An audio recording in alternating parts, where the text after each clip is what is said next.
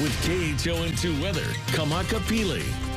Welcome to the weekend. It was a beautiful Saturday, a great way to kick off the weekend. We have seen some showers as some disturbances move through, but nothing significant. And tomorrow, don't expect much changes. For the Hilo side of Hawaii Island or the windward side, we see showers to remain likely throughout the day, but that's pretty much where we're seeing the greatest chance of showers throughout all the islands.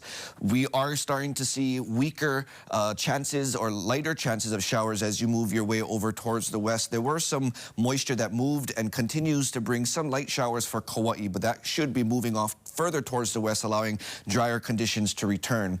But our winds will remain a little elevated in terms of its speed, which is keeping that wind advisory in effect for Hawaii Island, and that's going at least until tomorrow evening at 6 o'clock. So not necessarily the coastline of the windward side for Hilo and for Kona, mainly northeast and the inland areas of the islands. We could be seeing 15 up to 30 mile per hour winds, gusts up to 50. For the summits of Mauna Kea and Mauna Loa, gusts could be up to around 60 miles per hour.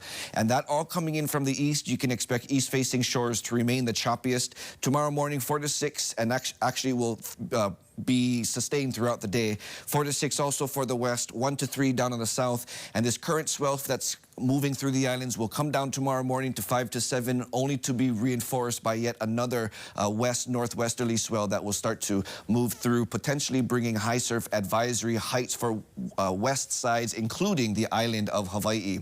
Now, in terms of Makani, fortunately, they're going to be sticking around through our extended forecast. Tomorrow, again, another breezy day, but as we fast forward to Sunday night into Monday, winds will weaken to more moderate conditions, only to re-strengthen once again as we get into Wednesday, progressing pretty much to close off our week for Aloha Friday into next weekend. And that's because this high pressure system, and you can see it with this clockwise motion, that continues to hold the pressure around the islands for breezy conditions. Well, that will move over towards the east and weaken at the same time, being followed by a cold front, which we don't look to be getting too much showers from this. We'll be keeping our eye on it. But there's another high pressure system following that cold front, and that's what's going to re-strengthen our trade winds again Wednesday into the ending of this upcoming week. So with all the winds coming through, of course, showers look to be focused over windward and Mauka sections, but not much is expected, especially to start off the week. But that cold front, as it moves mainly north of the islands, we are going to be seeing a slight uptick of rain chances, but again, nothing really significant at this point.